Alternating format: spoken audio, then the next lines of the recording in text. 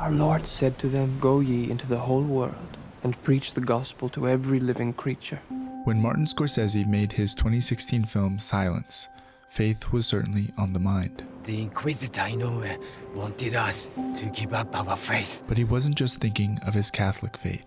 I'm talking about a different faith, one that has Scorsese's name etched in saint status. The most personal is the most creative. That quote was from our great Martin Scorsese. So I'm talking, of course, about cinema. When filming Silence, a breakthrough happened with his next movie. Another mob movie, this one perhaps more personal than ever. A movie that he didn't even think was possible because of old age. Bob De Niro and Al Pacino and Pesci could no longer play these characters younger in makeup. If the art of classical Hollywood filmmaking was a religion, and I'm not saying it isn't, Scorsese has always been one of the most devout and vocal followers. I never wanted a kingdom on earth. The kingdom of heaven is enough. Even as his films became bigger, more expensive, and more profitable, somehow it has always felt like he's never strayed too far from the day he started making films, 50 years ago. Well, we used to go for drives. And the last time we went, he seemed different, nervous. In fact, he hardly talked. But then came The Irishman. Stamp on Jesus with our foot. In a partnership with Netflix. I was shooting Silence in Taiwan, and Pablo, violin, came up to me and said, I think I could make them look younger. Scorsese is by no means the only one with moral objections to this new wave of over-digitized blockbuster films. Paul Thomas Anderson famously refuses to even edit his films digitally. And of course, Christopher Nolan would rather grow thousands of acres of corn than use CGI. My whole family, they would not. But I did. So why did Scorsese bow his head to digital enhancement?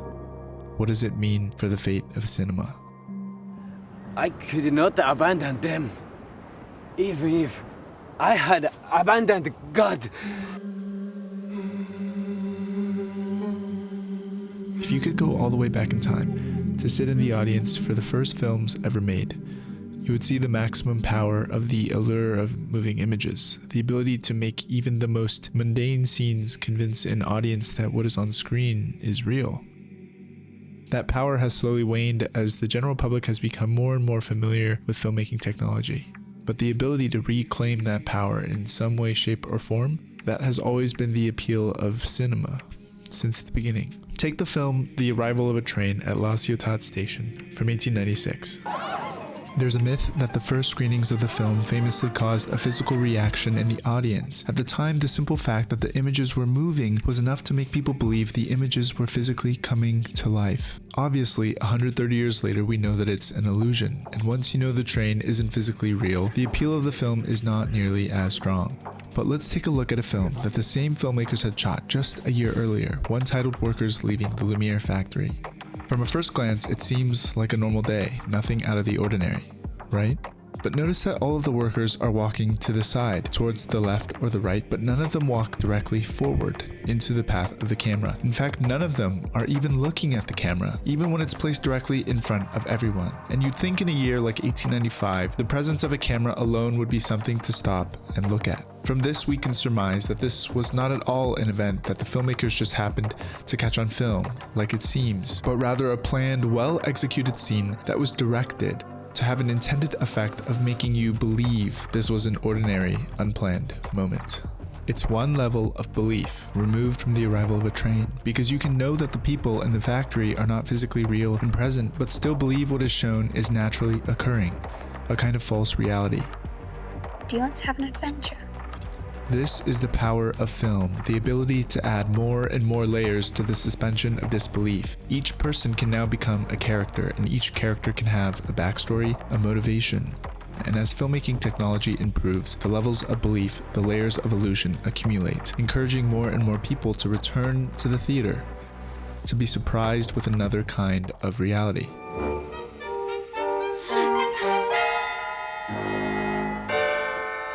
How did you two rats get in here? But it's not always that simple. Georges Méliès was a pioneer of filmmaking technology during the turn of the 20th century. He pushed the boundaries of early special effects, making him extremely unique and popular. But eventually his forays into these technological advancements lost their appeal with audiences, thus they stopped making money. He went into deep financial debt, leading to a rage where he burned over half of his 500+ original film negatives. The returning soldiers, having seen so much of reality, were bored by my films. Tastes had changed. But I had not changed with them. No one wanted my movies anymore. His story was incorporated into a book called The Invention of Hugo Cabret by Brian Selznick, a book that was then adapted into the 2011 film Hugo, directed by Martin Scorsese. A while after Méliès stopped making movies, a journalist named Georges Michel Quissac made an attempt to document and promote the importance of his career to the French film industry. And in December of 1929, a gala was held to honor his life and legacy. The film Hugo ends shortly after that gala, but Scorsese decides to add one last scene.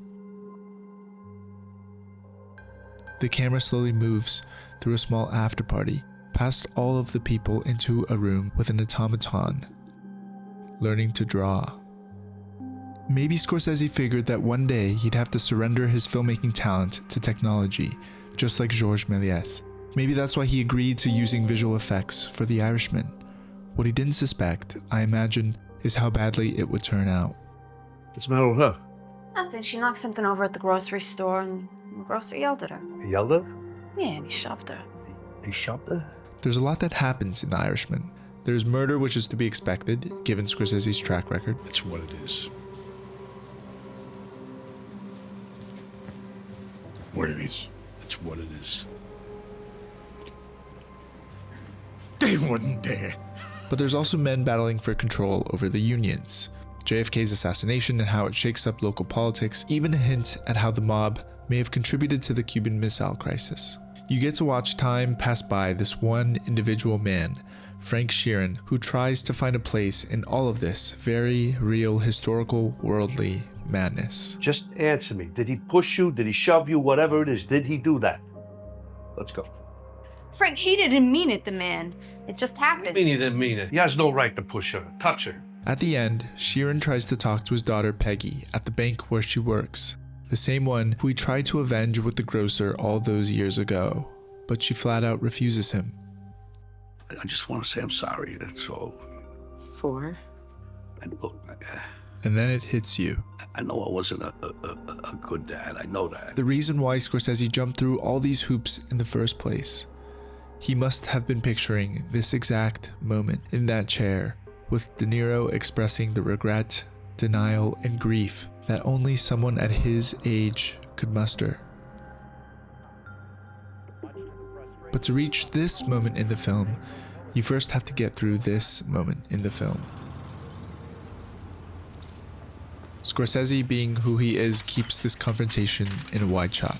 The idea, of course, being regardless of the performances that, one, it is important to simulate how easy this is for all of the neighborhood to see, and two, more importantly, for Peggy to see.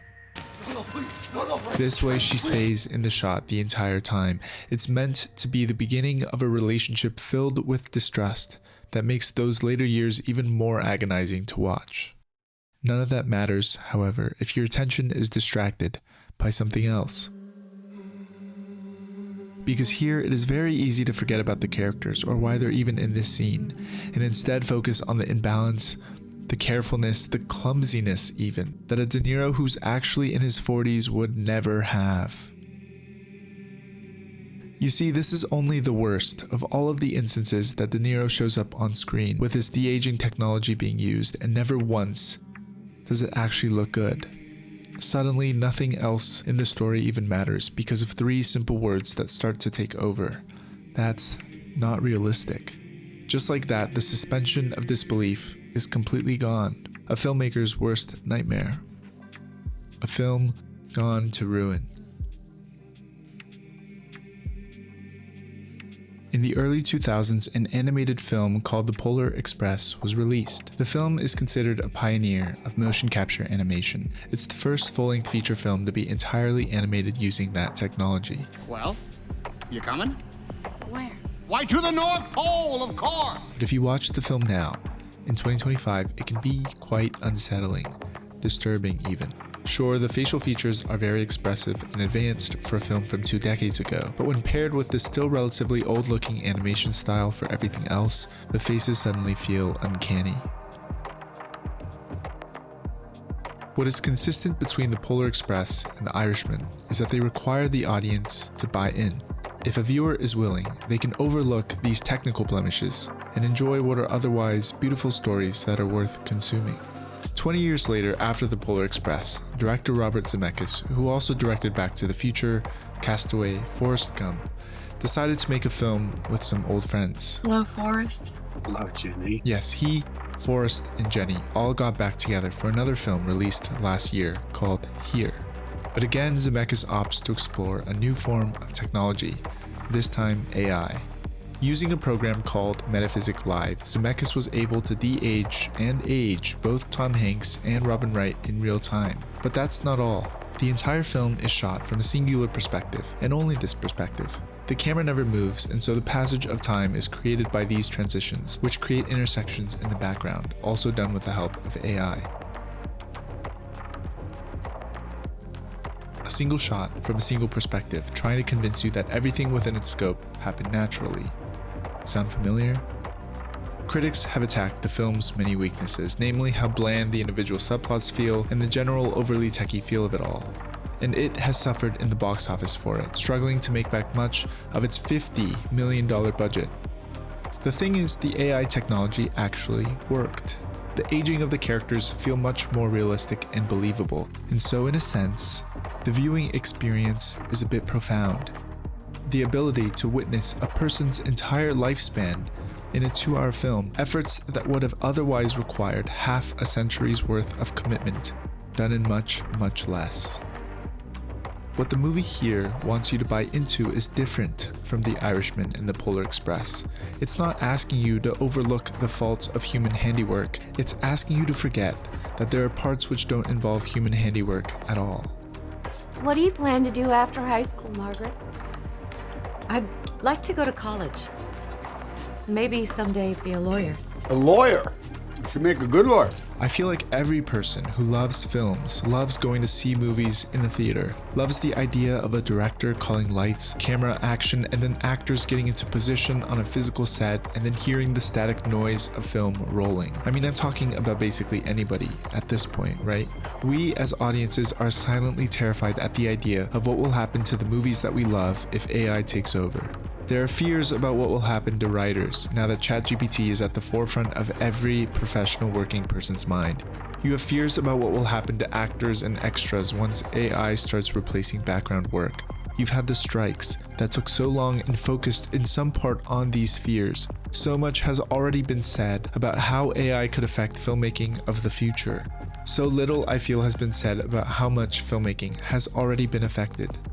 We live in a time when these big studios have, for the last decade, been able to create whatever images that they want. CGI, computer-generated imagery, has come a long way as our machines have gotten faster and we humans have become better at using them.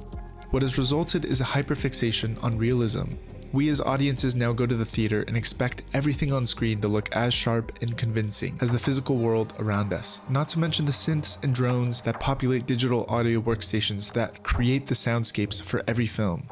There's less and less room for error both visually and auditorily. As a society, we have reached a point where we struggle to imagine one of the most talented actors of our generation being half his age, when 100 years ago we would have happily let a crazy old man take us to the moon on a flickering black and white projector.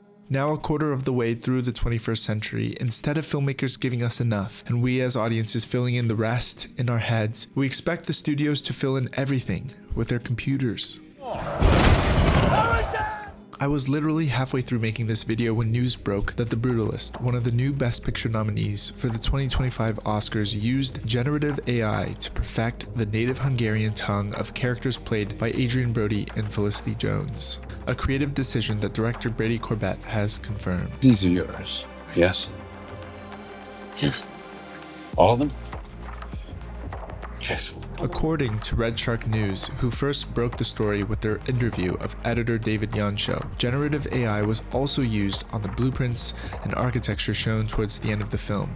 Editor David Yansho continues to argue that it is controversial in the industry to talk about AI, but it shouldn't be. We should be having a very open discussion about what tools AI can provide us with. There's nothing in the film using AI that hasn't been done before. It just makes the process a lot faster. We use AI to create these tiny little details that we didn't have the money or the time to shoot. It's probably not worth debating about whether or not they should have used AI. The filmmakers who poured their time and effort into making The Brutalist have spoken on that front. Instead, I think it's worth questioning as a viewer on an individual level what kind of viewing experience is preferable. What else you say? Now's not the time to not say. If the production of The Irishman could have waited a few years, it probably would have looked a lot better. YouTuber Shamook generously provided an idea of Frank Sheeran the character with deepfake technology, and it looks a lot better. Perhaps this way the ability to watch a more natural aging process on screen would have allowed the other themes of the film to reach audiences easier. But, in my opinion, that version of the film would be missing something. When looking at this side by side, it becomes obvious that what the Netflix version didn't get right were the eyes. The eyes are where an older De Niro, the real De Niro, sneaks through in every scene, as if he's watching.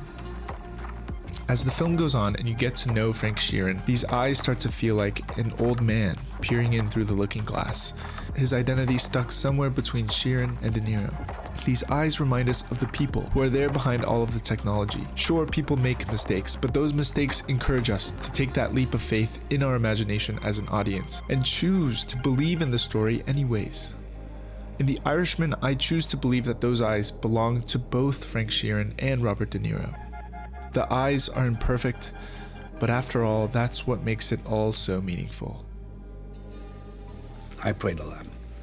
I prayed that I'd never sin again as long as I live, if I could just get out of here.